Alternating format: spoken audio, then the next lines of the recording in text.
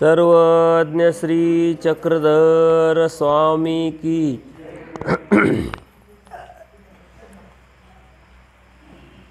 आज आपला या गावातील सत्संगाचा चौथा दिवस, दुसरं सत्र आहे। पहिल्या सत्रापासून आपण सर्वज्ञ श्री चक्रधर प्रभूंनी सांगितलेले जे तत्वज्ञान आहे त्या तत्वज्ञानाच्या अनेक अनुषंगाने चिंतन केलं। परमेश्वराने सृष्टी का निर्माण केली, अवतार का घेतला, आपल्याला बोध का दिला,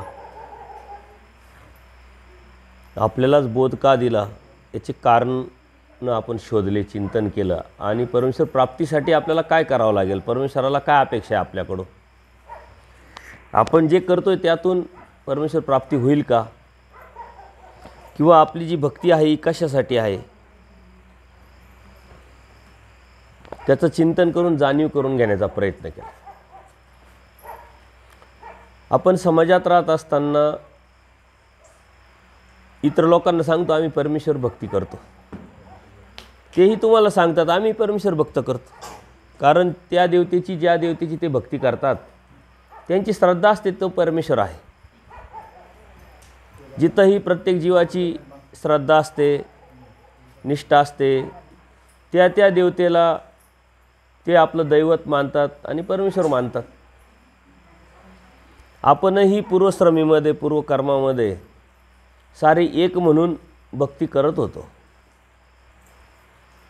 परंतु जीव, देवता आणि प्रपंच, परमेश्वरी चार पदार्थ आपल्याला जसे आहे तसे नेमके कळाले। परमेश्वराने दिलेला बोध, त्या बोधामुळं आपल्याला जीवेश्वर भाव उमटला, म्हणजे मी जीव, हा परमेश्वर, ह्या देवता, हे आपल्याला जाणवलं, लक्षात आलं। आपण एखाद्या व्यक्तीला किती समजावलं, किती सांगितलं तर त्याला पटेल लगेच, अजिबात गॅरंटी नाही, कारण बोध आणि बोधशक्ती ही परमेश्वराकडून असते। मी तुम्हाला सांगितलं मग तुमच्या लगेच लक्षात आलं, कळालं, तुम्ही लगेच त्या कार्याला सुरुवात केली असं कधी होत नाही। हा उमट, ही जाणीव, हा बोध हा परमेश्वराकडून डायरेक्ट होत असतो। आता मी जरी सांगत असलो, तत्वज्ञान शब्दाच्या माध्यमातून सांगतोय, ते शब्द, त्याचा उमट होणं, त्याची जाणीव होणं, त्या शब्दाचा आपल्या बुद्धीला, आपल्या हृदयाला स्पर्श होणं, हे मात्र परमेश्वराचं कार्य असतं।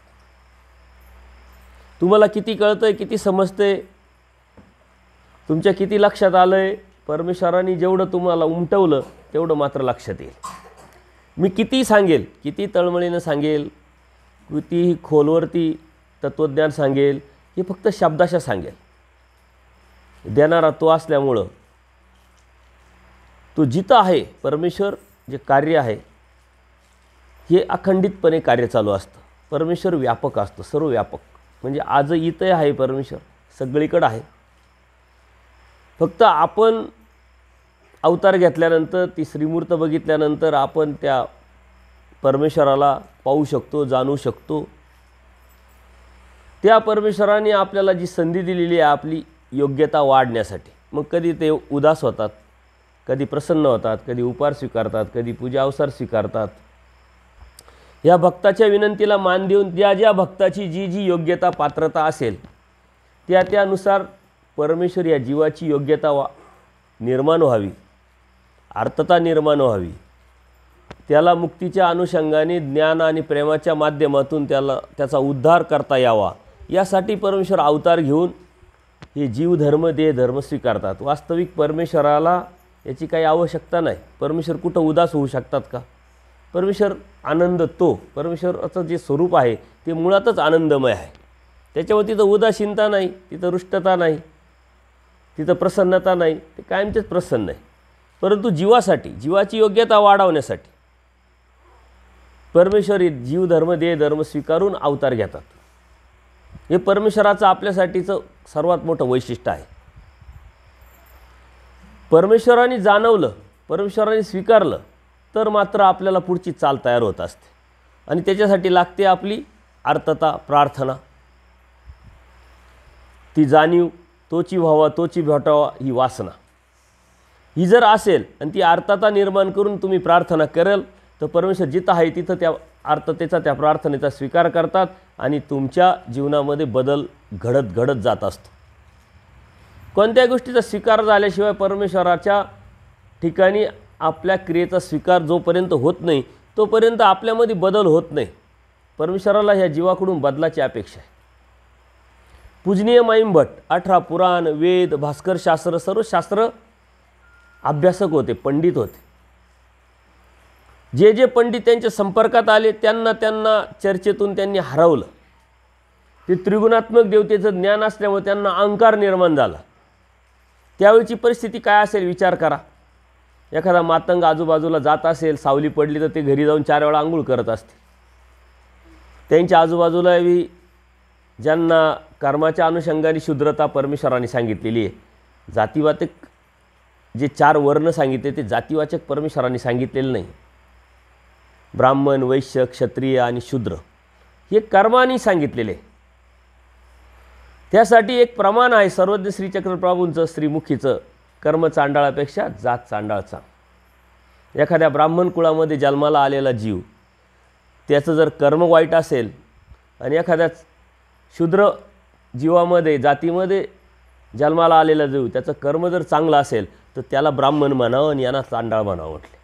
देवानी कर्माच्या अनुषंगाने श्रीमद भगवद्गीतेमध्ये सर्वज्ञ श्री चक्रप्रभूंनी ज्याप्रमाणे सांगितले त्याचप्रमाणे श्रीकृष्ण महाराजांनी सुद्धा हे 4 शूद्र, वैश्य, ब्राह्मण आणि क्षत्रिय हे जे 4 वर्ण हे कर्मानुसार सांगितलेले.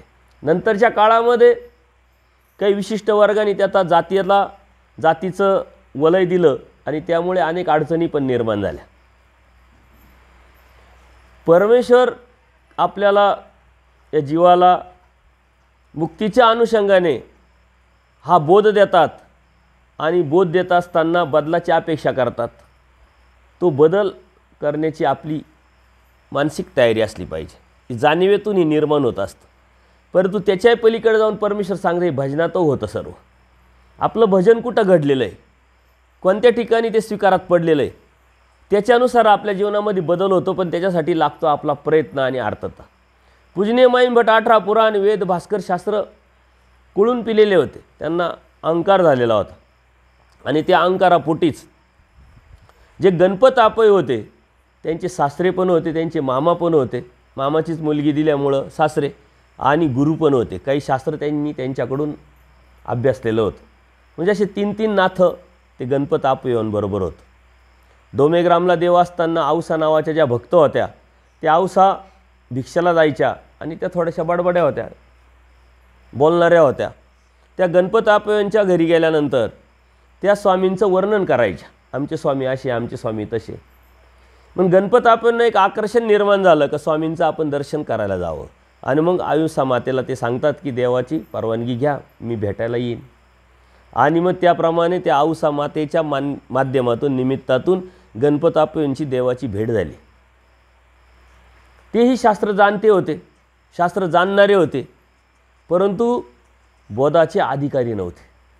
बोध परमेश्वराने त्यांना देण्याची इच्छा जरी असली तरी ते देऊ शकले नाही. का तर बोधासाठी जे गरजेचं होतं ते त्यांच्याकडून झालं नव्हतं. आणि तुमच्याकडून झालंय याचा विचार करा तुम्ही किती भाग्यवान आहात.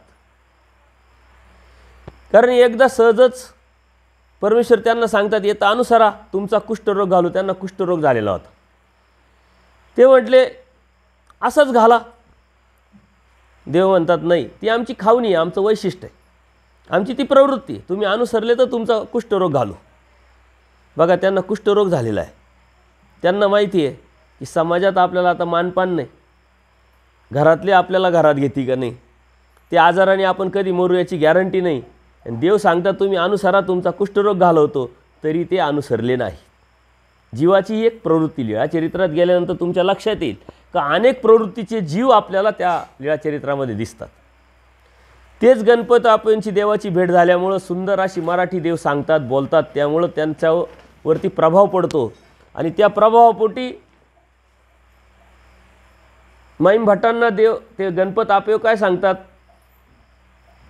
की स्वामी श्री चक्रधर श्री चांगदेवरावळांची तुम्ही भेट घ्या, तुमच्या जीवाचं भलं होईल, तुमचं हित होईल. कारण त्यांना अहंकार झालेला होता, ते प्रत्येकाला हरवत होते. ते यांनासुद्धा नावं टाकत होते. एकदा का थोडंसं 4 गोष्टी अक्कल आली, पैसा आला की माणूस समोरच्याला हीन समजायला सुरुवात करतो. ती एक प्रवृत्ती असते, ती कोणी असो. तशी माईमभट त्यांनासुद्धा ते म्हणतात तुम्हाला थोडंफार आळमट मळमट कळतं म्हणे शास्त्रातलं, बाकीच्यांना तर काहीच कळत नाही, अशी भावना त्यांची निर्माण झाली होती. त्यामुळं त्या अहंकारापोटी गणपत आपणना काळजी वाटत होती, आपले जावई पण आहे, आपले भाचे पण आहे, आपला शिष्य पण आहे, नको वाया जायला. आणि म्हणून त्यांनी सांगितलं तुम्ही स्वामी श्री चक्रधरांची, चांगदेव रावळांची भेट घ्या, तुमचं हित होईल, भलं होईल. त्यांच्यात अहंकार असल्यामुळे ते काय म्हणतात, त्यांना मराठी येतं का, त्यांना संस्कृत येतं का, ते काय माझ्याबरोबर चर्चा करू शकतात. गणपत आपण एकच वैशिष्ट्य सांगतात, ते म्हणे मला काही सांगता येणार नाही, पण ते मराठी शुद्ध अनिवार्य मराठी बोलतात, म्हणे शुद्ध मराठी बोलतात. ते म्हणे मराठी बोलतात तर माझ्याशी काय चर्चा करू शकतील. ते म्हणे जा, नाही तरी तुमच्यात खुमखुमी आहेच, जो आला त्याला हरवायचं.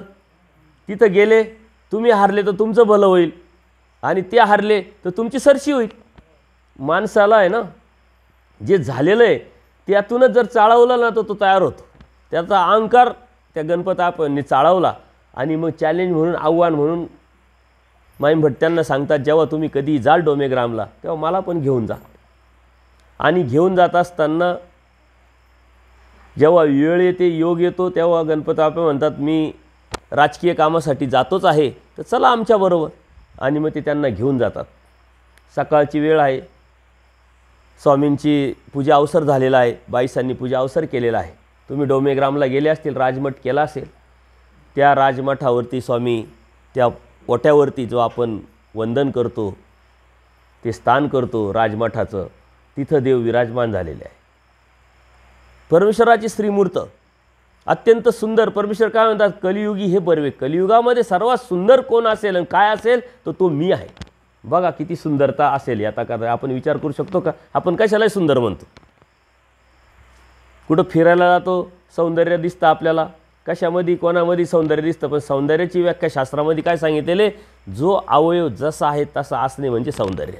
आपल्याला माहीतच नसल्यामुळं आपण कशालाही सौंदर्य म्हणतो, सुंदर म्हणतो. पण परमेश्वर म्हणतात कलियुगी हे बर्वे. ती सुंदर अशी श्रीमूर्त, सर्वज्ञ श्री चक्रप्रभू, सर्वज्ञ परमेश्वर, त्यांना माहीत आहे आज माईमभट येणार आहे. त्यांनी जाणलेलं आहे. यदा कदाचित पूजनीय माईमभटांना भेट देण्यासाठी डोमेग्रामला देवाने मुक्काम केलेला आहे. त्यांचं चिंतन परमेश्वर करत आहे. बाईसांच्या भेटीच्या अगोदर 6 महिने देव बाईसांचं चिंतन करत होते. त्यांचा दोष आहे तो नासवत होते. आणि जेव्हा वेळ येते, योग येतो, तेव्हा परमेश्वर बाईसांना स्वतः भेट द्यायला जातात. प्रत्येक जीवाचं जीव चिंतन परमेश्वर चिंतन करतात. आपलंही तुमचंही चिंतन परमेश्वरांनी कधीतरी केलेलं आहे, आजही करताय. चिंतन केलंय म्हणून तुम्ही धर्मामध्ये आलेले आहे. कुठंतरी योग परमेश्वरांनी घडून आणलेला आहे, कुठंतरी भजन परमेश्वराच्या कडेने परमेश्वरांनी करून घेतलेलं आहे, म्हणून तुम्हाला बोध दिलेला आहे. तुमचं सहजासहजी इथपर्यंत येणं होत नाही. कोणत्याही गोष्टीला कारण लागतं ना, ते कारण अहेतुक बोधभाजनाचं आहे, आणि ते आपल्याकडून होऊच शकत नाही. ते परमेश्वरांनी घडवलं तर घडतं. त्या माईमभटांचा बी तो योग त्यावेळेस आला. माईमभट रस्त्याने जात असताना विचार करतात, मी असं बोलेल, तसं बोलेल, असा प्रश्न आला तर असं उत्तर देईल, मराठीत बोलेल, मराठीत आली का, संस्कृतमध्ये बोलेल. विचार करतो ना माणूस. आपण रस्त्याने चालत असताना वस्तू आणायची तरी आपल्या डोक्यामध्ये राहते, ही वस्तू घेऊ, ती वस्तू घेऊ, ही नाही झाली तर ती चांगली घेऊ, ती चांगली घेऊ, एवढ्या किमतीपर्यंत घेऊ, या कंपनीची घेऊ. विनाकारण आपण डोकं लावित राहतो. तसं माईमभटसुद्धा विचार करत चाललेले. आणि ज्यावेळेस तिथं पोचतात, श्रीमूर्त पाहिल्यानंतर, सौंदर्य अशी पूजा अवसर झालेला आहे, ती पाहिल्यानंतर माईमभट विसरून जातात स्वतःलाच की मी का आलो आणि कशासाठी आलो. आता थोडा अहंकार आहे. देवाला दंडोत नाही केला त्यांनी, फक्त करप्रणिपात केला, असं केलं. आपण दंडोत कसा घालतो त्याच्यावरती बी आपली मानसिकता ठरत असते, है की नाही. ती भावना, आपली प्रवृत्ती आपली कळत असते. आणि ते बसले देवासमोर.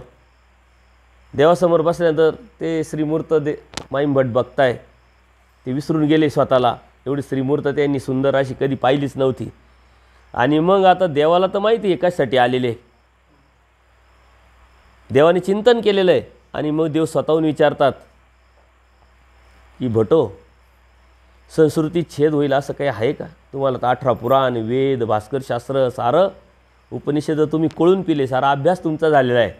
तर जन्ममृत्यूचा रोग जाईल असं काही शिकले का, असं काही समजलं आहे का, असं काही कळालं आहे का तुमच्या अध्यात्मामध्ये, असं काही तत्त्व आहे का नाही, कशाने जाईल ते.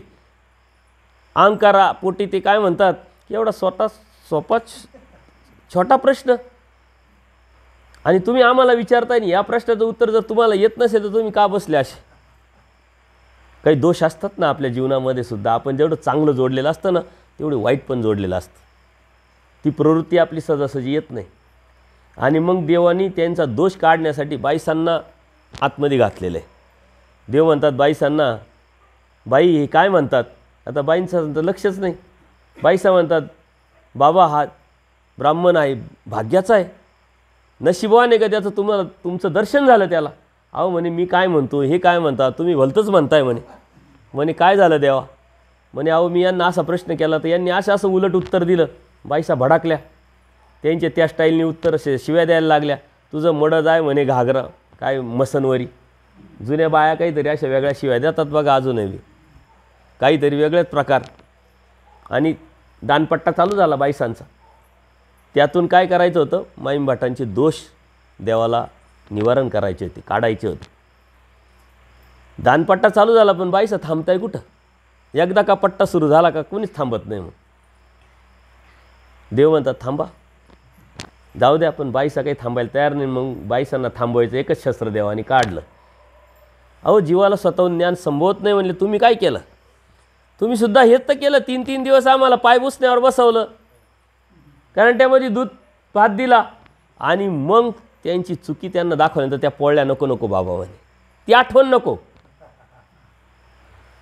कारण बोध झाला प्रेमी भक्त, नंतर त्याचं दुःख त्यांना झालं आहे, वेळ निघून गेलेली आहे. पण ते झाल्यानंतर बाईसा गप्प बसतात. माईंभटांकडे देव परत वळतात. सांगा भटो संस्कृतीत छेद होईल असं काही आहे का. म्हणले त्यात काय, कर्म करा. त्या दिवशी मी तुम्हाला या स्पर्श केला थोडाशा या लिळेला. कर्माचा सिद्धांत देवानी खोडला आणि एके परमेश्वराशिवाय ही जीवाची मुक्ती होणार नाही असं सांगितलं स्पष्ट. आणि मग परमेश्वराने 5 अवतार सांगितले तिथं. वास्तविक परमेश्वराचे अनंत अवतार आहे, अनंत अवतार झाले, अनंत अवतार होतील. पण 5च अवतार आपल्याला परमेश्वराने सांगितले. याचे कारणं आपण चिंतन केल्यानंतर आपल्या लक्षात येईल. ते माईंभट 60 भाज्या एकाच वेळेस खायचे. आता वास्तविक 60 भाज्या खात होते का, पण ते एवढे श्रीमंत होते, एवढे पंडित होते, एवढा मानपान होता त्यांना. एवढी श्रीमंत असल्यामुळं त्यांचं राहणीमान तसंच होतं. परंतु ज्यावेळेस त्यांना बोध झाला, परमेश्वर कळाला, जीवेश्वर भाव उमटला, त्यांच्यामध्ये आमूलाग्र बदल झाला. ते उठले, आता देवाकडे जायचे, देवाशिवाय आता पर्याय नाही. अनंत जन्म वाया गेले, अनंत सृष्टी, अनंत जन्म वाया गेल्यानंतर आज आपल्याला परमेश्वर समजलाय, कळालाय, बोध झालाय. आता तो परमेश्वर आज नाही मिळाला तर कधीच मिळू शकत नाही, ही जाणीव त्यांना झाली. आणि मग अनुसरण्याची त्यागाची इच्छा तयार झाल्यानंतर ते काय विचार करतात, जाऊ आता वर्षभरानंतर सारांचं लागुलुपी करू, जमिनी नावावर करून देऊ, हे करू ते करू, आपल्याला थोडंसं ठेवू, असं सांगतं काहीतरी डोक्यात असेल ना नियोजन. ते म्हटले वर्ष कोणी पाहिलं, 365 दिवस. मग 6 महिन्यावर आले, मग महिन्यावर आले, 8 दिवसावर आले. मग म्हटले आता घरी जाऊ, सर्वांना त्यांचं काय असेल ते करून देऊ नियोजन, आणि मग आपण जाऊ परमेश्वरकडं अनुसरायला, त्याग करू. पण म्हणते जाता जाता जर मला काही चावलं, काही खाल्लं, कोणी मेलो तर काय. ते तसेच उठले आणि रुद्रपूरला गेले. का रुद्रपूरला गेले, की इथं जर मी अनुसरलो तर माझं प्रस्थ मोठं आहे, श्रीमंत आहे, सोयरे धायरे आहे, ते देवालाही त्रास देतील, मलाही त्रास देतील. वास्तविक परमेश्वर समर्थ आहे. परमेश्वराकडे गेले असते तर परमेश्वराने सारं निवारण केलं असतं. पण या जीवमती आपण आपल्या मनानेच विचार करतो, चिंतन करतो, आणि आपणच निर्णय आपले ठरवतो. असं झालं तर तसं, तसं झालं तर तसं, होत काहीच नसतं. पण आपणच मनाने ठरवतो, नाही बाबा मी असं जर घेतलं तर असं होईल, तसं होईल, तसं होईल. ते रुद्रपूरला गेले. रुद्रपूरला जाताना, ज्या रुद्रपूरला गेल्यानंतर एक मातंग समाजाचा मुलगा माणूस जात होता. आणि हे जात असताना ते विचारतात गोविंदप्रभू बाबा कुठे आहे. त्या मातंगाने त्यांना सांगितलं गोविंदप्रभू बाबा आत्ताच गेले. हे काय, त्यांचीच पावलं इथंच गेले. अशा अशा लीळा करत करत गेले. तो मातंग पुढं गेल्यानंतर त्या माईंभटांनी त्या मातंगाला दंडोत घातला. हा बदल तुम्हाला सांगण्याचा उद्देश आहे माझा. याच्या अगोदरच्या मातंगाला पाहिल्यानंतर मातंग त्याच्याजवळ जाऊ शकत नव्हते आणि जरी गेले तर ते आंघोळ करून स्वतःला सोवळं ओळख पाळत असतील, परंतु त्या मातंगांनी देव दाखवला म्हणून पूजनीय माईम भट्टांनी त्यांना दंडोत घातला. तिथं गेल्यानंतर गोविंदप्रभू बाबांच्या ठिकाणी त्यांचं अनुसरण झालं. आता अनुसरण झालं म्हणजे काय, तिथं बँड लावला होता काय, हळद लावली होती काय, स्टेज होतं काय, साधू संत बोलवले होते काय, भाषणं होते का, काहीच नाही. त्यागाची भावना हेच अनुसरण असतं. मी कपडे घातले म्हणजे अनुसरलो असं नसतं. माझं अंतर्मन आम्ही किती चेंज केलं आहे, माझं हृदय किती बदल केलेला आहे, मला देव किती कळाला आहे, देव किती समजला आहे, माझ्या जीवनातलं जे ध्येय मी ठरवलं आहे त्या ध्येयाच्या बाजूने मी किती कृतीवर आहे, माझ्या जीवनामध्ये ते किती उतरवलं आहे, त्याला अनुसरण म्हणतात. येत अधीन होई जे म्हणितले ते की जे ते अनुसरण. परमेश्वरांनी व्याख्या सांगितलेली आहे. आपण अधीन झालेलं आहे, तुम्ही अधीन झालेले, एकनिष्ठ भक्ती तर परमेश्वराची करतातच आहे तुम्ही, पण म्हणितलं ते करत नाही. पण अर्धवट आहे आपलं सारं जीवन, आपलं अध्यात्म अर्धवट, आपलं जीवन अर्धवट. ते पूर्णत्वात न्यायचं असेल तर परमेश्वरांनी सांगितलं आहे म्हणितलं ते की जे, म्हणजे जे परमेश्वरांनी सांगितले ते करावं लागेल आपल्याला. त्या माईम भट्ट तिथं गेल्यानंतर काय काय सेवा मागितली, काय व्यापार मागितला, जो बाया व्यापार करत होत्या पूर्वी चुली होत्या, सकाळी चुलीचे राख काढायचे, सारवायचं, साफसफाई करायचं, नंतर स्वयंपाकाला सुरुवात करायची. आता गॅस आला आहे पण गॅसची बी साफसफाई तर करावंच लागते की नाही, स्वच्छता ठेवावंच लागते किचनची. त्या माईम भट्टांनी एवढे मोठे ज्ञानी, एवढे मोठे महापंडित, त्यांनी काय सांगितलं की मला व्यापार द्या, आणि तो कोणता व्यापार द्या, चुलीची राख काढण्याचा व्यापार. एखाद्या पुरुषाला कमीपणा वाटला असता की या बायांचं काम आहे, आपण ते कसं करावं, परंतु त्यांच्यामध्ये एवढा आमूलाग्र बदल झाला. 60 भाज्या खाणारे ब्राह्मण नंतर भिक्षा मागायला लागले. जाता जाता भिक्षा मागितली, उंची कपडे होते एका ब्राह्मणाला देऊन टाकले, त्यांच्या ते साधारण कपडे जे आहे ब्राह्मणाकडून ते घेतले, त्याची झोळी केली, भिक्षा मागितली.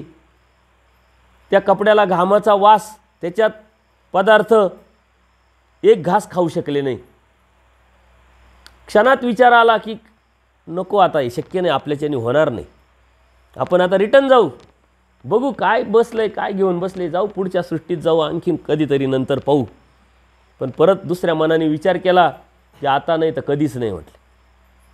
अशा अनंत सृष्ट्या गेल्याचे, तेव्हा नाही झालं, आता कसं काय होईल, म्हणून निग्रह करायचा, हिंमत करायची. पुढे गेल्यानंतर एकच घास त्या भिक्षेचा खाल्ल्या गेला दुसऱ्या दिवशी, आणि मग म्हटले आता माईम भट्ट जिंकले. असे 60 भाज्या खाणारे ब्राह्मण भिक्षा मागायला लागले, भिक्षेचं अन्न खायला लागले.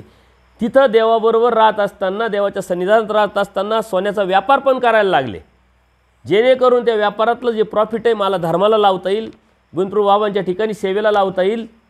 त्यावेळेस त्यांनी व्यापार केला, पैसे कमवले. आज जो गोविंदप्रभू बाबांचा जो राजमठ तुम्ही रुद्रपूरला गेल्यानंतर केलेला असेल, तर तो राजमठ पूजनीय माईम भट्टांनी त्यावेळेस धर्मासाठी विकत घेतला, म्हणून तो आज आपल्याला नमस्काराला भेटतो.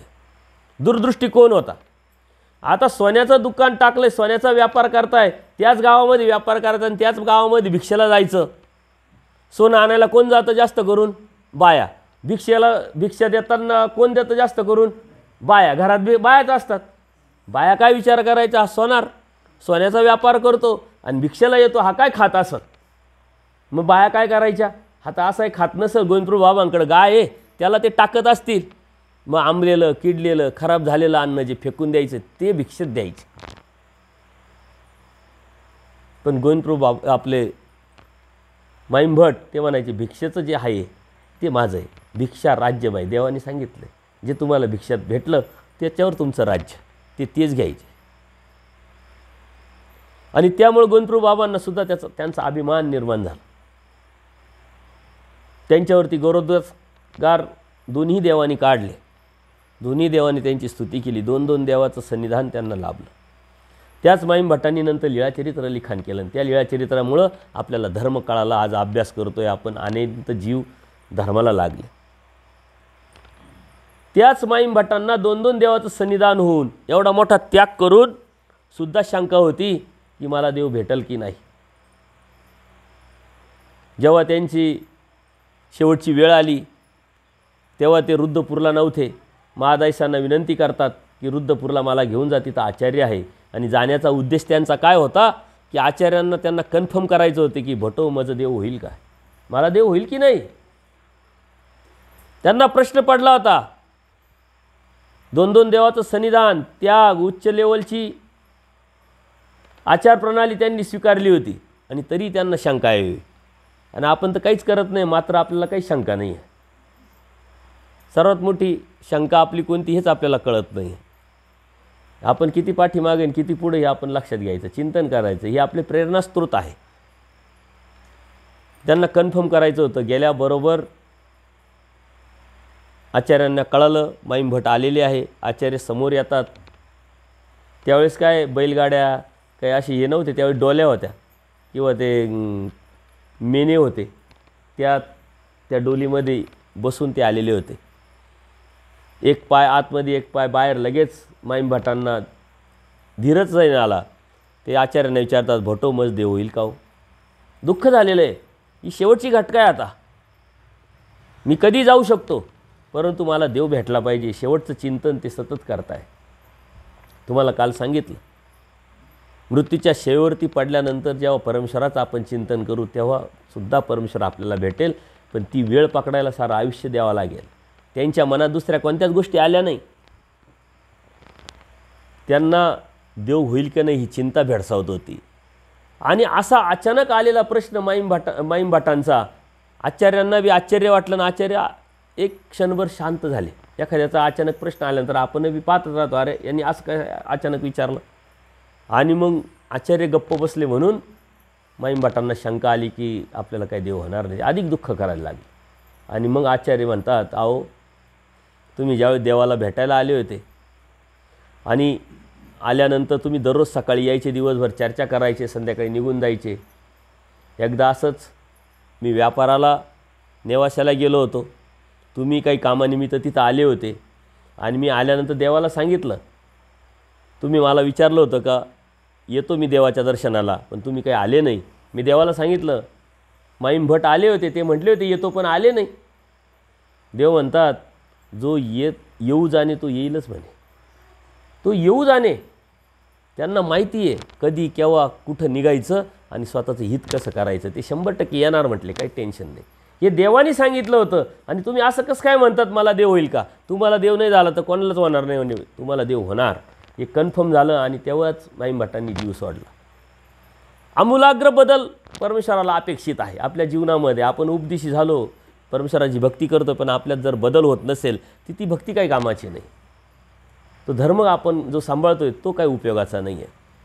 त्याच माईम भटांना डोमेग्रामला परमेश्वराने पंचावतार सांगितले. आपण म्हणतो श्रीकृष्ण महाराज हे परमेश्वर आहे, श्री चक्रस्वामी परमेश्वर आहे. आपण म्हणतो म्हणून परमेश्वर म्हणायचं का?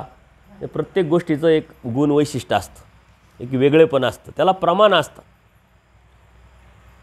त्यावेळेस एके परमेश्वराशिवाय म्हटल्यानंतर पहिला अवतार परमेश्वराने सांगितला श्रीकृष्ण महाराजांचा. ते युग गेलं म्हटले. भक्ती कशी करावी, मग दुसरा तिसरा चौथा असं सांगत स्वतःकडं आणलं आणि बोध दिला. श्रीकृष्ण महाराजांना सर्व जग मानतं आहे, जगमान्य अवतार आहे. कारण का? त्यांनी अवतार घेतल्यानंतर श्रीमद भगवद्गीतेसारखं तत्त्वज्ञान सांगितलं का ज्या भगवद्गीतेवरती जगामध्ये सर्वात जास्त स्पष्टीकरणात्मक पुस्तकं लिहिल्या गेले. आजही संशोधन चालू आहे, उद्याही चालू करणार आहे, उद्याही चालू राहणार आहे. असा कोणता धर्म नाही, असा कोणता धर्मातला साधू नाही, असा कोणत्या धर्मातला माणूस नाही का श्रीकृष्ण महाराजांना मानत नाही. मान्यच करावं लागतं. जगमान्य अवतार आहे. त्यांनी विश्वरूप दाखवलं. अर्जुनाच्या प्रत्येक प्रश्नाला उत्तर दिलं. उत्तर देऊन अनन्य भावी शरण येण्यासाठी सांगितलं. आणि ते जर आले तर तुम्हाला जन्मतीच्या फेऱ्यातून मी निसंशय काढील हा शब्द दिला. म्हणून ते परमेश्वर. नुसतंच विनाकारण परमेश्वर नाही म्हणायचं. ज्या परमेश्वराने आपल्याला परमेश्वर सांगितले त्यांनाच आपल्याला परमेश्वर म्हणायचे, त्यांनाच आपल्याला परमेश्वर म्हणून स्वीकारायचे. दत्तप्रभूंचा अवतार सुद्धा स्वामी श्री चक्रधरांनी सांगितला. श्री गोविंद प्रभू बाबांचा अवतार सुद्धा स्वामी श्री चक्रधरांनी सांगितला. चक्रपाणी प्रभू महाराजांचा अवतार सुद्धा स्वामी श्री चक्रधरांनी सांगितला. परंतु आपली भक्ती कोणती आहे? स्वामी श्री चक्रधरांची. आपण एकनिष्ठ भक्ती म्हणतो, परंतु 5-5 अवतार आपण का नामस्मरण करतो? अनेकांच्या मनामध्ये शंका आहे, प्रश्न आहे. अनेक ठिकाणी मला हे प्रश्न विचारले जातात. आणि आपल्यालाही मनात शंका येते की जर एकनिष्ठ भक्ती आहे तर मग 5-5 अवतार का बरं, कसे काय? जसे जीव अनंत आहे ना, पण जीव जरी अनंत असले तर जातीत्वाने जीव एकच आहे. तुम्ही मी एकच आहे. जातीत्वाने वैशिष्ट्य रूपाने जे बी आतलं जे शेड्यूल आहे, जे स्वरूप आहे ते एकच आहे. परंतु कर्माने आपण वेगळे झालेलो आहोत. प्रत्येकाचा भोग वेगळा, प्रत्येकाचं कर्म वेगळं, प्रत्येकाची प्राप्ती वेगळी. तसं परमेश्वराचं स्वरूपसुद्धा एकच असतं आणि अनंत अवतार या जीवासाठी क्रीडतात, या जीवासाठी अवतार घेतात, जीवाच्या उद्धारासाठी कार्यरत राहतात. स्वरूपगत मात्र एकच असतं. त्यांचे वेगळी प्रवृत्ती असतात, त्यांचे वेगळे वैशिष्ट्यसुद्धा असतात परमेश्वराचे. आपण उद्याच्या 2 सत्रांमध्ये एक छोटीशी प्रश्नपत्रिका, आत्ता शिबिर झालं ते, त्यात लहान मुलांसाठी मी प्रश्नपत्रिका तयार केलेली, ती आपण सोडून घेणार आहोत, जेणेकरून तुमच्या नॉलेज, जनरल नॉलेजवर माहिती भेटेल आणि त्याच्यावरतीच आपल्याला अधिक चर्चा पण करता येईल. मग अवताराच्या पद्धती, अवताराचे प्रकार, देवता अवतार, परमेश्वर अवतार, हे काय वेगळे, याला काय म्हणतात, त्याला काय म्हणतात, सर्व त्याच्यामध्ये येतं. आपण धर्म सांभाळत असतानाही जनरल नॉलेजवर धार्मिकतासुद्धा आपण समजून घेतली पाहिजे. आपल्याला इतरांना सांगण्यासाठी ते अत्यंत गरजेचं असतं. समाजात गेल्यानंतर आपण आपली ओळखच देत नाही का, तर आपल्याला काही सांगता येत नाही. कारण समोरच्यानी जर विचारलं आणि आपल्याला नाही सांगता आलं तर आपली फजिती व्हायची. त्याच्यापेक्षा आम्ही महानुभाव सांगतच नाही. प्रवासात जात असताना एखाद्याने सांगितलं प्रसाद नाही बा, आम्हाला प्रसाद नाही चालत. का चालत नाही? महानुभाव आहे. आणि शेजारच्याने विचारलं काय असतं महानुभाव, नाही सांगता आलं तर. त्याच्यापेक्षा मग तुम्ही साधू संतांना विचारता, साधू संतसुद्धा विषय व्यवस्था करतात, घेऊन टाकायचं आणि आपल्या देवाचं नाव घ्यायचं आणि खाऊन टाकायचं, नाही तर दुसऱ्याला देऊन टाकायचं. ही तडजोड, ही कॉम्प्रोमाइज धर्मामध्ये नाही आहे. धर्म जसा आहे तसा स्वीकारला पाहिजे आणि जसा आहे तसा सांगितलाही पाहिजे. धर्माचा जेव्हा आपण अभिमान घेऊ तेव्हा धर्म आपला अभिमान घेत असतो. आपण म्हणतो स्वामी श्री चक्रधरांना परमेश्वर म्हणून परमेश्वर म्हणायचं का? असं नाही आहे. जसं स्वामी श्री कृष्ण महाराजांच्या संदर्भात अनेक वैशिष्ट्य सांगता येतील, तसे स्वामी श्री चक्रधर हे सुद्धा अलौकिक अवतार आहे. याचे कितीतरी वैशिष्ट्य लीळाचरित्रामध्ये येतात. यावरती बरेच माझे सत्संग झालेले ते तुम्ही ऐका, म्हणजे अधिक स्पष्टीकरण होईल. 1 तासामध्ये हा विषय संपणारा नाही आहे, म्हणजे तर बांधताच येणार नाही, एवढा मोठा विषय आहे. आपल्याला आज एकच बघायचं आहे की स्वामी श्रीकृष्ण महाराज हे स्वामी श्री चक्रधर कसे, श्री चक्रधर हेच श्रीकृष्ण महाराज कसे. आम्ही म्हणतोय म्हणून, तुम्ही म्हणताय म्हणून असं नाही आहे. अनेक प्रमाण लीळाचरित्रामध्ये आहे. सर्वज्ञ श्री चक्रप्रभू महाराष्ट्रामध्ये जेव्हा परिभ्रमण करत होते त्यावेळेस स्वतःच्याच अवतार कार्याच्या आठवणी द्वापारयुगाच्या ते सांगत होते आणि त्या लीळेच्या माध्यमातून आपल्याला हे श्रीकृष्ण महाराज आहे याचं प्रमाण अनेक लीळेच्या माध्यमातून भेटतं. देव एकांकात फिरत असताना, भ्रमण करीत असताना मेहकरला जातात, बोने बायाबरोबर असतात. गोकुळाष्टमी असते, तुम्ही मेहकरचं स्थान केलेलं असेल, तिथली लीळा तुम्हाला माहीत असेल. तिथं गेल्यानंतर गोकुळाष्टमी असल्यामुळे त्या बायांना वाटतं आपण गोकुळाष्टमी साजरी करू. आत्ताच्या सारखे बाजारात गेले लगेच मूर्त्या भेटल्या, फोटो भेटले असं काही नाही. त्यांनी काय केलं, माती आणली, चिखल केला आणि त्याचं गोकुळ, श्रीकृष्ण महाराज, देवकी, यशोदा हे सारं बनवायचं काम त्यांच्या डोक्यामध्ये होतं. देव म्हणतात हे काय करताय बाई? म्हणे देवा तुम्हाला माहीत नाही. म्हणे काय? म्हणे आज गोकुळाष्टमी. म्हणे मग गोकुळाष्टमीचा आणि मातीचा काय संबंध? म्हणले आज गोकुळाष्टमी, आता या चिखल, मातीपासून चिखल करणार, चिखलापासून मग आम्ही गोकुळ करणार, गोकुळाष्टमी साजरी करणार. म्हटले आम्ही प्रत्यक्ष श्रीकृष्ण महाराज, आम्ही बालवय दाखवतो तुम्हाला, आम्ही श्रीकृष्ण महाराज होतो, तुम्ही व्हा देवकी. आणि त्यावेळेस सर्वज्ञ श्री चक्रधर स्वामींनी एक विश्वरूप दाखवलं. बाल श्रीकृष्ण महाराजांच्या रूपात परमेश्वरांनी त्यांना दर्शन दिलं. त्या लीळेच्या माध्यमातून आपल्याला हे समजतं की स्वामी श्रीकृष्ण महाराज हे श्री चक्रधर स्वामी आहे. अशा अनेक लीळा आहे. ज्यावेळी देव भ्रमण करत असताना अमरावतीला गेले. अमरावतीला जात असताना जिथं माता खिडकी स्थान तुम्ही पाहिलेलं असेल, केलेलं असेल, तिथं गेल्यानंतर देव काय सांगतात की द्वापारयुगामध्ये इथं अंबा मातेचं देव मंदिर होतं आणि या अंबा मातेच्या मंदिरामध्ये रुक्मिणी माता दर्शनाला आली होती. मीच निरोप दिलेला होता आणि मी इथंच तिला घ्यायला आलो होतो. हे कोण सांगते? कलियुगाचे परब्रह्म परमेश्वर अवतार श्री चक्रधर स्वामी कुठलं सांगताय? द्वापारयुगाचं सांगताय. आणि इथूनच मग मी ते तिला घेतलं. म्हटले जळगाव हायवेवरती चांगदेव हरताळा म्हणून स्थान आहे, तिथं गेल्यानंतर देव म्हणतात की इथं आम्ही मुक्काम केला होता, रुक्मिणीला घेऊन आलो तेव्हा इथं त्या बसल्या होत्या, इथं मी बसलो होतो, इथं दासी होत्या, हे होतं ते होतं. हे कोण सांगतंय? स्वामी श्री चक्रधर द्वापारयुगाची लीळा सांगताय. जाळीच्या देवाला तुम्ही स्थान केलेलं असेल. जाळीचा देव प्रत्येकजण जातच असतो, त्याच्या खाली एक सावळाद्वार स्थान आहे, ते पण तुम्ही केलेलं असेल. बाईसांचे भाचे तिथं असतात.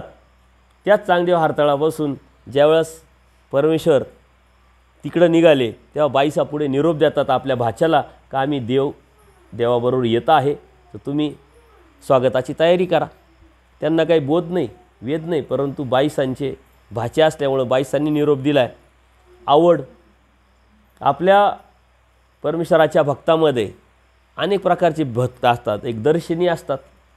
बघा, तुम्ही स्थान करायला निघाले का तुमच्याबरोबर कोणतरी नातेवाईक मित्र असतो की त्याला वेद नसतो, बोध नसतो, आवड नसतो, पण त्याला तुम्ही चालले आम्ही येतो दर्शन घ्यायला, असे स्थानावर दर्शन घ्यायला. इथं मंदिरात अन्य लोक बी येतच असतील.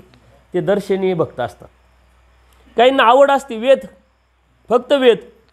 काहींना बोध असतो, जीव आणि देवता, प्रपंच आणि परमेश्वर कसा आहे काय समजलं आहे, ते बोधवंत, वेदवंत, दर्शनीय. आणि त्याच्या पुढं दीक्षित अवस्था, अनुसरणारी अवस्था, अशा वेगळे प्रकारचे भक्त परमेश्वराच्या या चरित्रामध्ये आपल्याला दिसतात. आजही आज आहे आपल्याला समजतात समाजाकडे इकडं तिकडं बघत असताना. ज्या वेळेस तिथं परमेश्वर जातात त्या बाईसांच्या भाच्यांनी काय केलं होतं? स्वामींच्या स्वागतासाठी साऱ्या गावामध्ये गुड्या उभारलेल्या होत्या, रांगोळ्या काढलेल्या होत्या. एक घोडा आणला होता, तो सजून मिरवणुकीसाठी देवाला तयार ठेवला होता. देव आले, घोड्यावर बसवलं आणि घोड्यावर बसत असताना मिरवणूक सुरू झाली. यल्लाईसा नावाच्या एक भक्त होत्या देवाबरोबर. त्या थोड्या स्थूल होत्या, वय झालेलं होतं, त्यांना चालवत नव्हतं. मग देव काय म्हणतात, बाई बसा तुम्ही पाठीमागं आमच्या घोड्यावर, आमच्याच बरोबर. आता बाई माणूस लाजणार आणि आता देवाने सांगितलं तर टाळावं कसं आणि बसावं तरी कसं, प्रश्न निर्माण झाला. त्यांनी काय आयडिया केली, त्या घोड्यावर असा हात ठेवला. म्हटले देवा बसल्यासारखं नाही का, आपण म्हणतो ना केल्यासारखं आहे, घेतल्यासारखं आहे, जाऊ दे आता काय, आल्यासारखंच आहे असं आपण म्हणतो, तसं त्यांनी केलं.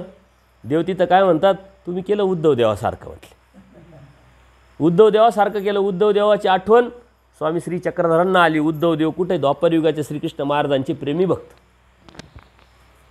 बाईसांनी तो शब्द ऐकला. तिथं गेल्यानंतर देवाची पूजा अवसर झालेला आहे, उपार झालेला आहे, आरामाची वेळ. आणि त्याच वेळेस बाईसांनी विषय काढला म्हणे, देवा तुम्ही मगाशी यल्लाईसाला म्हटले तुम्ही उद्धव देवासारखं केलं तर काय होतं सांगा तरी. आणि मग देवानी स्वामी श्री चक्रधरांनी द्वापारयुगाची लीळा सांगितली श्रीकृष्ण महाराजांच्या बाबतीत. कुजबा नावाची भक्त होती म्हणे. ती काय वेदवंत नव्हती, बोधवंत नव्हती, परंतु परमेश्वराविषयी आवडी निर्माण झाल्यामुळं, दर्शनीय असल्यामुळं त्यांनी एकदा काय केलं म्हणले, उद्धव देवाला आणि आम्हाला त्यांच्या घरी आमंत्रित केलं, या जेवणाला भोजनाला. आता त्यांच्यासाठी उद्धव देव काय श्रीकृष्ण महाराज काय सारखेच, कारण ज्यांना बोध नाही, अन्य लोक ज्यांना बोध नाही ते काय म्हणतात सारे सारखेच असतात. हो तुमचंच काय मान भावांचं हे नाही चालत आणि ते नाही चालत, आणि आपल्यालाही सांगता येत नाही. ते म्हणता आपण हा हा म्हणतो, सांगता येत नाही आपल्याला. त्यांनी काय केलं की 2 आसनं तयार केले, एक उद्धव देवासाठी, एक श्रीकृष्ण महाराजांसाठी. आता श्रीकृष्ण महाराज गेल्यानंतर आपल्या आसनावरती बसले आणि श्रीकृष्ण महाराज उद्धव देवाला काय म्हणतात, बसा तुमच्या आसनावरती, जागा तर आहेच. आता ते तर प्रेमी भक्त, ते म्हटले आता बसावं तरी कसं देवासमोर, आणि नाही तरी म्हणावं कसं, कारण देवानेच आदेश दिला बसा, नाकारायचं कसं काय. मग त्यांनी असंच केलं होतं. ते गेले, त्या आसनावरती हात ठेवला आणि स्वामी श्री कृष्ण महाराजांच्या श्रीचरणाजवळ येऊन बसले. ती आठवण श्री चक्रस्वामी ह्या भक्तांना कलियुगाच्या सांगताय. म्हणजे श्रीकृष्ण महाराज आणि स्वामी श्री चक्रधर एकच आहे, हे वेगळे नाही. म्हणून आपण पंचकृष्ण म्हणतो. का पंचकृष्ण म्हणतो? स्वामी श्री चक्रधरांनी हे 5 अवतार सांगितलेले आहे. अवतार सांगितले म्हणजे काय की आपल्याला ती ओळख करून दिलेली, जाणीव करून दिलेली. यदा कदाचित सांगितले नसते तर आपल्या मनामध्ये झालं असतं द्वापारयुग कलियुगामध्ये सर्वज्ञ श्री चक्रप्रभू परमेश्वर अवतार आहे. मग द्वापारयुगात कोण झाले, त्रेतायुगात कोण झाले, कृतयुगात कोण झाले, कोणीतरी झाले असतील ना. आणि आपल्या मनामध्ये एक संभ्रम, कन्फ्युजन निर्माण झालं असतं. जर कलियुगातले हे अवतार आहे तर द्वापारयुगाचे कोण होते, आणि या अन्य लोक तर कोणालाही म्हणताय, मग आपण ते म्हणायचं का? नाही, आपल्याला प्रमाण काय श्रीमुखीचं. श्रुती आणि स्मृती, लीळाचरित्र आणि स्मृतीस्थ आचार्यांना वर दिलेला होता. हा काय आता येथीचंच स्वतःचं बोलेल नाही, तो येथीचंच बोलेल. त्यामुळं आचार्यांनी जे स्टेटमेंट दिले ते आपल्याला प्रमाण आहे. आणि देवाचे ते ब्रह्मवाणी आहे, त्याच्यामुळे विषयच येत नाही. म्हणून देवानी जे जे आपल्याला सांगितलं ते आपल्याला स्वीकारायचे, ते प्रमाणबद्ध स्वीकारायचे. स्वामी श्री चक्रधरांनी शेवटचं नाम ते निरंतर आठवीचे याचं कारण काय सांगितलं की कलियुगाचे परब्रह्म परमेश्वर अवतार ते आहे, उभयदृश्य अवतार ते आहे. या जीवाचं उद्धरण करण्याचं व्यसन त्यांनी स्वीकारलेलं आहे. यतिमुनीचा वेश आहे, कोणत्या प्रकारचं डामडोल नाही, उपाधिमंत नाही, मोठेपण नाही, हेच पाहिजे तेच पाहिजे असं कंपल्शन नाही. सर्वसाधारण जीवाकडे बी भांडारेकरांकडे गेले, बाईसांकडे गेले. ज्या ज्या जीवाला बोध दिला, ज्या ज्या जीवाला ज्ञान दिलं, ज्या ज्या जीवाला प्रेम दिलं, परमेश्वर स्वतः त्यांच्यासाठी गेले. त्यांच्याकडून अपमान सहन केला, बाईसांकडून 3-3 दिवस अपमान सहन केला. माईम भटांनी उलट उत्तर दिलं तरी ते सहन केलं. जीवासाठी परमेश्वर काही सहन करतात, फक्त जीवावर ते प्रेम करतात. म्हणून एखाद्या व्यक्तीचं आपल्यावर आपल्या एखाद्या व्यक्तीचं प्रेम जर असेल, आपण सहन करतो, जाऊ दे लहानाचे काय करणार, बोलला तर बोलला. त्यावेळेस नाविलाजही होतो, त्यावेळेस मजबुरी होते, पण त्याला आपण प्रेमाचं नाव देतो. नाविलाज असतो, काहीच करू शकत नाही, मजबूर असते आपली. तशी परमेश्वराची मजबुरी नाही आहे. परमेश्वराला आपलं जीवन जे आहे मायेच्या तमातून निघाल्यापासून किती नरकात आपण गेलो, किती दुःख उपभोगलेले आहे, किती त्रास झालेला आहे हे स्पष्ट दिसतं. आणि म्हणून आपल्या विषयी परमेश्वराला एक कनवाळा आहे. परंतु जरी कनवाळा असला, दयाळू माळू कृपाळू जरी असलं, तरी आपलं कर्म त्या परमेश्वराला सर्व माहीत असल्यामुळं ते जिथं अनुकंपा उपजायची तिथंच अनुकंपा उपजू देतात. जे सहाय्य करायचं, जिथं चिंतन करायचं, जिथं तुमचा योग आणून द्यायचं ते करतात, पण अनुकंपा न उपजे देवाने सांगितलं. एक माळेकराचा दृष्टांत देवाने सांगितलेला आहे. एक माळेकरी असतो म्हणजे काय, शेतकरी. ते शेतावरती ते पिकं सांभाळण्यासाठी त्यांनी माचा तयार केलेला असतो, माळा तयार केलेला असतो. आता ते काही राहिलं नाही. पूर्वी ज्वारी बाजरी पक्ष्यांपासून सांभाळायसाठी आतमध्ये लाकडाचं माचा तयार करायचे, काय म्हणायचे इकडे त्याला, हां हाटोळा, वेगळाच शब्द ऐकला. त्या माच्यावरती त्या शेतकऱ्याने उभं राहायचं आणि गोफणीनं ते पक्षी हुसकायचे. तसाच तो माळेकरी म्हणजे तो शेतकरी त्यावरती उभा राहून आपलं शेताचं पीक जे आहे ते सांभाळत होता. आणि त्याच्या शेताच्याच बाजूला एक नाला होता.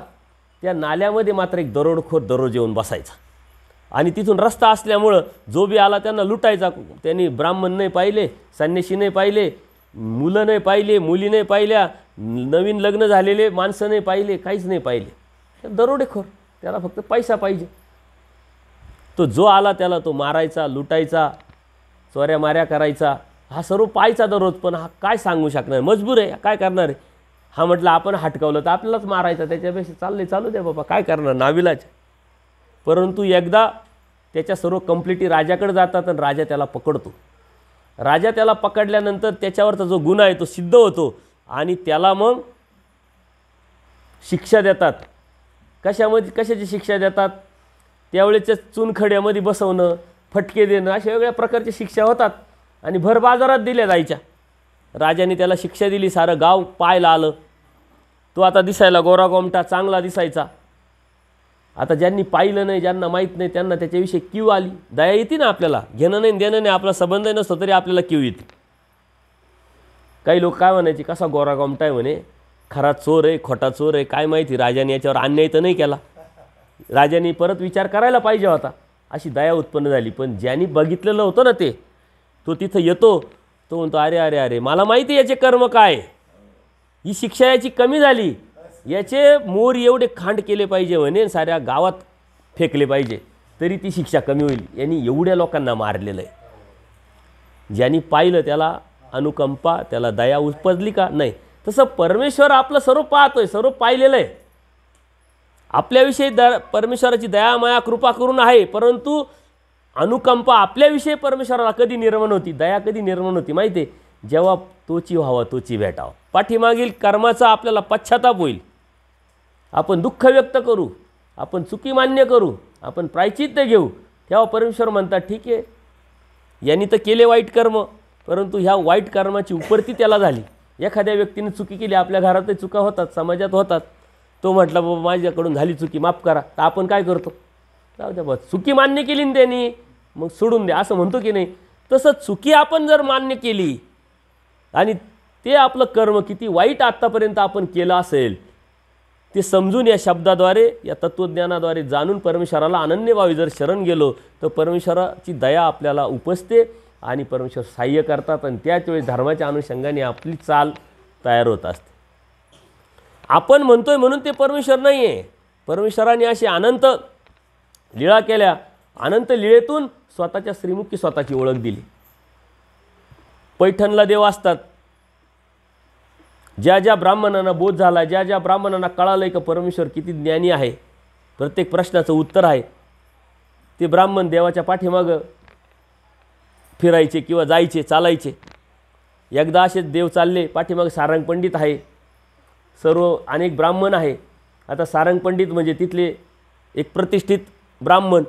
इतर ब्राह्मण जात असताना ते म्हणते सारंग पंडित एवढा मोठा ब्राह्मण आणि हे स्वामी श्री चक्रधरांच्या पाठीमाग का पळताय, का फिरताय.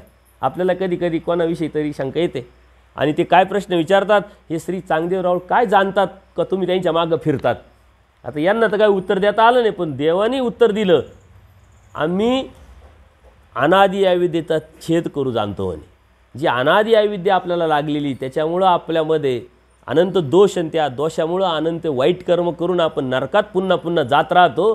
त्या अनादि अविद्येचा छेद फक्त परमेश्वरच करू शकतात आणि त्यांनी केलं तरच आपल्याला परमेश्वराची प्राप्ती किंवा आपल्या जीवनाची मुक्ती मिळते. परमेश्वर काय म्हणतात, ही अनादि अविद्येचा छेद करू जाणे. परमेश्वरच फक्त अनादि अविद्येचा छेद करतात. हे स्वतः श्रीमुखी सांगता येते का आम्ही अनादि अविद्येचा छेद करतो, याचा अर्थ आम्ही परमेश्वर आहोत. त्या ब्राह्मणाला कळलं, ज्याला कळालं तो कळालं, ज्यांना नाही कळालं काय समजलं गेलं डोक्यावरून. जसं आपल्या डोक्यावरून जात आहे तसं जात आहे का डोक्यात, का डोक्यावरून जात आहे. परमेश्वराने स्वतःच्या श्रीमुखी तत्त्वज्ञान सांगितलं आहे. औसा नावाच्या भक्त होत्या. त्यावेळेस लहानपणीच लग्न व्हायचे, रोग यायचे, आजार यायचे, माणसं मरायचे आणि त्यामुळं विधवा होण्याचं प्रमाण पण जास्त असायचं. औसा लहानपणीच लग्न झालं, एक मुलगा झाला आणि विधवा झाल्या. मुलाला मोठं केलं, मोठं केल्यानंतर त्याचं लग्न केलं आणि त्यावेळेस विधवांना काय देवदेव धर्म करायचे, तीर्थयात्रा करायच्या, आपलं साधूसारखं साधं जीवन जगायचं, अशा पद्धतीचा दंडकच होता. त्यावेळेस आजच्या परत सारखी फॉरवर्ड समाजव्यवस्था नव्हती, म्हणून त्या बी आपले आपले देव करायच्या. मुलाचं लग्न झालेलं आहे, मुलाला यांनी लहानसं मोठं केलं आहे, घरातली इस्टेट, धन धान्य, स्वयंपाक, काय ते आपलं जमिनी, हे सर्व औसाने निर्माण केलेलं आहे.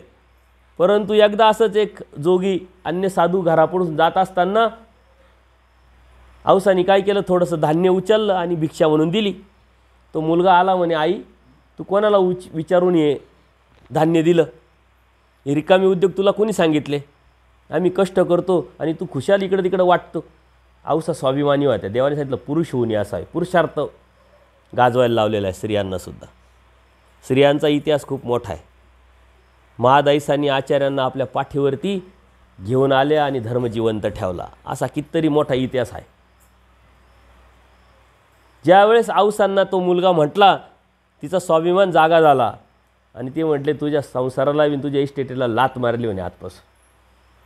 जी जेव्हा औसा बाहेर पडली, मी लहानचं मोठं तुला केलं, मी इस्टेट कमवली आणि मला जर स्वतंत्रता नसेल काही देण्याची, तुला जर विचारावं लागत असेल तर काय ही जिंदगी आहे. लात मारली, जिथून औसा निघाली, परत मागं ढुंकून पाहिलं नाही. कधीही औसा परत घरी गेल्या आणि तिचा मुलगा इकडं तिला शोधायला आला, हे लीळाचरित्रात उल्लेखच आला नाही. ती औसा आपलं जीवन धार्मिक पद्धतीनं जगत होते आणि जगत असताना एका गावात असताना तिथली जी ग्रामदेवता आहे, ती ग्रामदेवता तिच्या स्वप्नात येऊन सांगते की तू नदी तीरावर जा, तुला परीस सापडेल. परीस काय असतो, लोखंडाला स्पर्श केला का त्याचं सोनं करणारा, तसं आपलं लोखंडरूपी जीवन ब्रह्मविद्याशास्त्राचा परिसाचा जर स्पर्श झाला ना तर आपलं जीवनही सोनं होईल. परंतु स्पर्श आपण होऊच देत नाही. वेट अँड वॉच, सुरक्षित अंतर अजिबात नाही. बाबांनी किती सांगा ऐकून घेऊ, काय हरकत नाही. सत्संग आहे, सत्संगामध्ये ऐकायचंच राहतं, फक्त करायचं काहीच नसतं.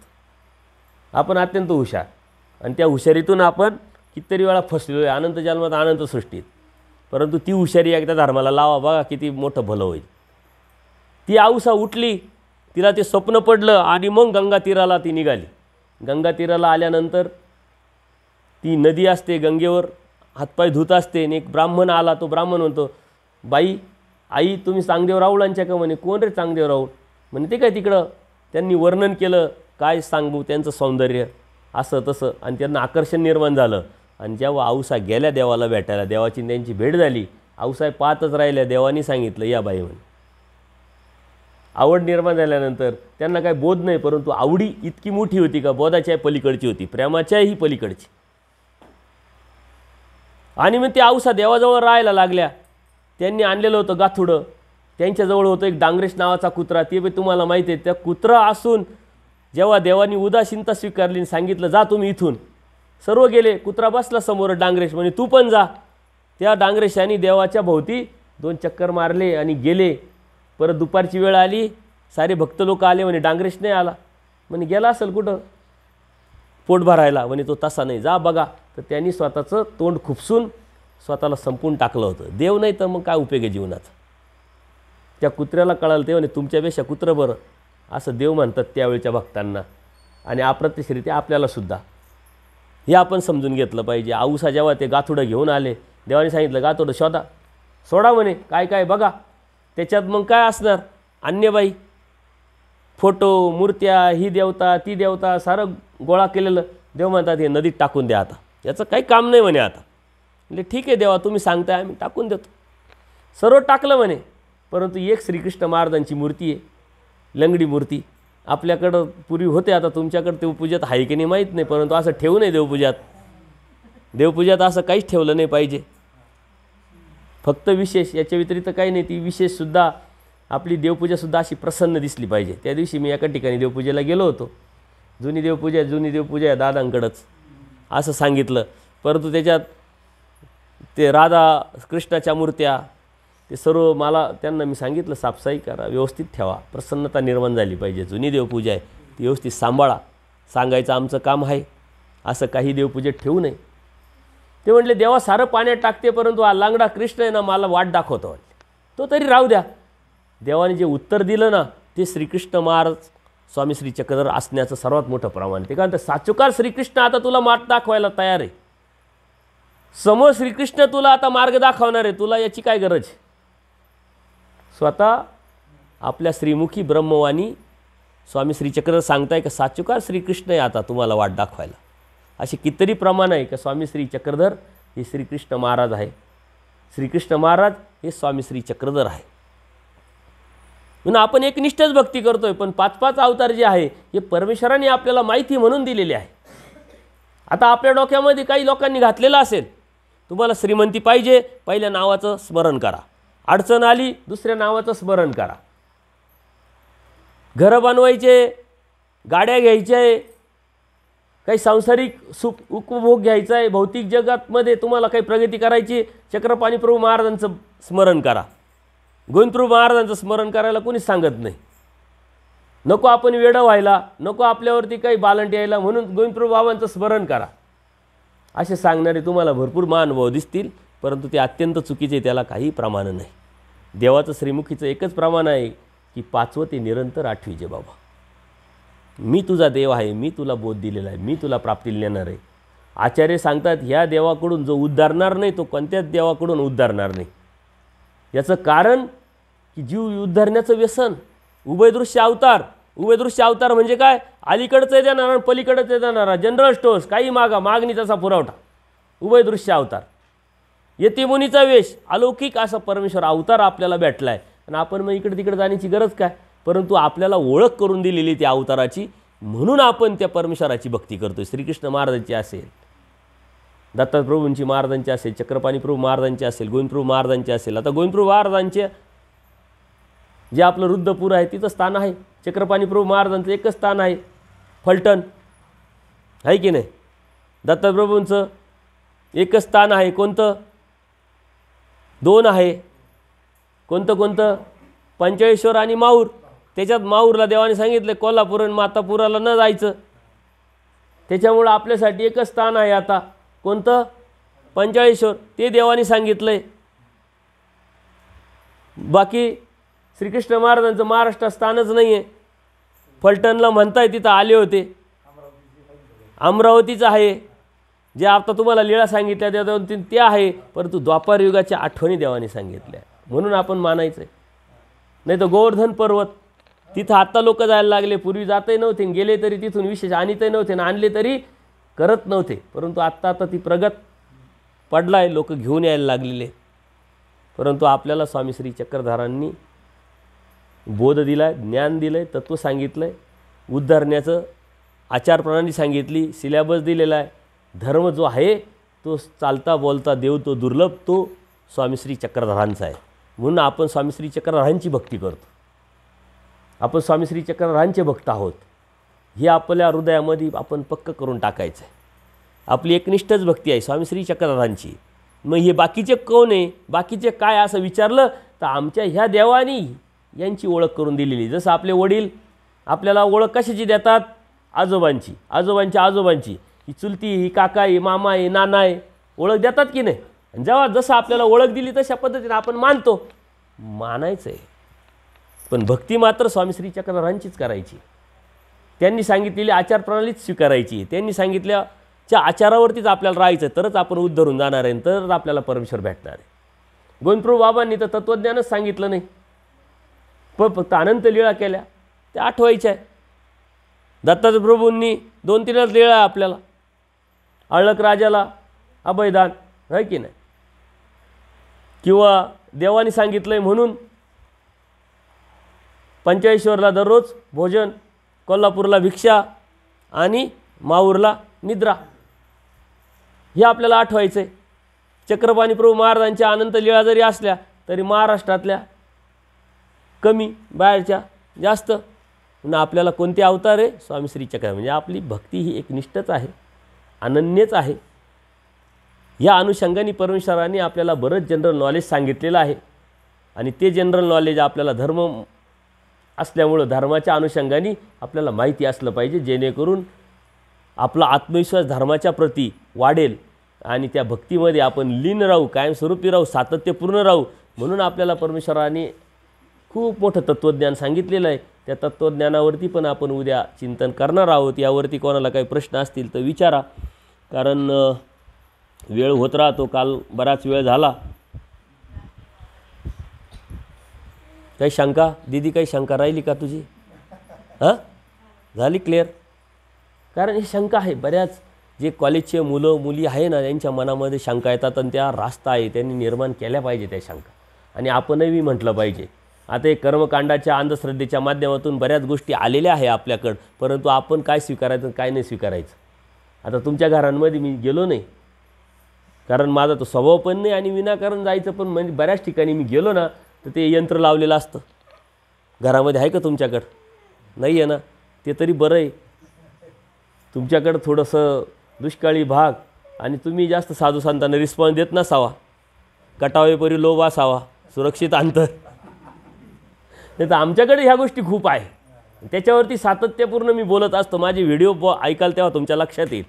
यंत्र करतील, आणखीन काय पिरॅमिड करतील. आता संभाजीनगरला तर एकाने सांगितलं, एक बाबा आले होते, 5,000 रुपयाचं एक झाड म्हणे, त्या झाडाचं म्हणे काय फोटो लावून घरात लावायची, श्रीमंतीची येईल. म्हणलं बाबा सर्वात जगातले श्रीमंत बाबा असायला पाहिजे होते. तुम्हाला 5-5 हजाराचे झाडं देण्यापेक्षा त्यांच्या आश्रमातच त्यांनी झाडं लावी तिंडायचे. तर हे सारा कर्मकांड, या अंधश्रद्धा तुमच्या अज्ञानाचा, मजबुरीचा फायदा उठवणारे भोंदू समाजामध्ये भरपूर आहेत, तुम्हाला फसवणारे. पण तुम्ही फसायचं का नाही हे तुम्ही ठरवायचं आहे. आणि कधी फसल्या जाणार नाही? जेव्हा तुम्ही शास्त्रात असाल तेव्हा. म्हणजे कर्मकांड आपला धर्म नाही, अंधश्रद्धा आपली धर्म नाही, आणि कोणी काही सांगितलं आहे स्वीकारण्याची आपलं तत्त्व पण नाही. आपल्याला प्रमाण, आपण काय म्हणतो, बाप दाखवणं तर श्राद्ध कर म्हणतो की नाही. श्रीकृष्ण महाराजांच्या महाभारतातलं काय, हा सूर्य हा जयत्रथ, समोरासमोर प्रमाण पाहिजे. कोणीतरी सांगितलं ना आपण स्वीकारायचं ना ऐकायचं असं कधीच करायचं नाही. प्रश्न निर्माण झाले पाहिजे, प्रश्न विचारता आले पाहिजे. माझ्यासारख्याने तुम्हाला सांगितलं हे करा, बाबा का करायचं, कशासाठी करायचं, याचं प्रमाण काय विचारलं पाहिजे. साधू संत येतील त्यावेळी दंडोड घालून नम्रतेने आपण विचारलं पाहिजे. लीळा विचारा, सूत्र विचारा. आपल्या घरी एक तर साधूच येते नाही, तुमच्या इकडे येतात की नाही माहीत नाही, कमी प्रमाण आहे. आले तरी आपल्याला वेळ नसतो, आहे की नाही? हे दिसतं आपल्याला, वेळच नसतो. बाबा तुमचं पुढचं नियोजन काय? आम्हाला कामं आहे, पेरणी करायची, फवारणी करायची, असं करायचं तसं करायचं, काय पाहिजे ते घ्या, एखादा कट्टा घ्या, 2 कट्टे घ्या, काय असेल ते घेऊन जा, परंतु कटा एकदाची. आपण काय करतो? यांना दिलं का मला देव होईल, मला धर्म भेटेल, ही जी मानसिकता आहे ही होऊ शकत नाही. तुमच्या मनामध्ये आर्तता नसेल, प्रार्थना नसेल, ते दुःख नसेल, परमेश्वर व्हावा, तोची भेटावं, तोची व्हावा, ही भावना नसेल, ही वासना नसेल, तर ती भेटेल का? नाही भेटणार. त्यासाठी संस्कार पण लागतात आणि प्रयत्न पण लागतो. धर्म अत्यंत सोपा, सरळ, क्लीन आहे, स्पष्ट, पारदर्शक आहे, परंतु विनाकारण त्यात घुसलेल्या ज्या गोष्टी आहे ह्या जीवमतीच्या आहे, या जीवाने निर्माण केलेल्या आहे. ही ब्राह्मणत्व निर्माण झाल्यामुळे या गोष्टी आलेल्या आहे. याला काही प्रमाण नाही. आपण प्रमाणं विचारायचे, जे योग्य आहे ते स्वीकारायचं. कारण आपल्याला परमेश्वराने धर्म दिलेला आहे, स्पष्ट आणि पारदर्शक दिलेला आहे, अभ्यासक्रम दिलेला आहे, सिलेबस दिलेला आहे. तो सिलेबस अभ्यासल्याशिवाय धर्म कळणार नाही, धर्म समजल्याशिवाय धर्म करता येणार नाही. त्याच्यामुळं जरी तुम्ही संकल्प नाही सोडले काय हरकत नाही, पण अभ्यासाची तर तयारी ठेवा. कोणाकोणाला वाटतं अभ्यास करावा, हात वर करा बरं. ते सुद्धा वाटत नाही का? काय अभ्यास करायचा, 10 गेले आणि 5 राहिले. जेव्हा करायचा तेव्हा शाळेत नाही गेलो ना. आता तुम्ही ब्रह्मविद्याशास्त्राचा अभ्यासाच्या बाबा गोष्टी करतात. शक्य तरी का? डोक्यात घुसल का? डोक्यात नातू नाती ते कसं काढायचं? काम नाही तरी मळ्यात 4 चक्रा आपल्या होत असतील. नाही आलो चक्कर मारून, आलो चक्कर मारून. तसं काही ती माती कोणी उचलून नेते का काय? हा येतोपर्यंत अभ्यास करा, चिंतन करा, काय हरकत नाही. कोणाला काही प्रश्न असेल तर विचारा. काही प्रश्न नाही दीदी? नाही काही? सर्वज्ञ श्री चक्रधर स्वामी की दंडवत हो.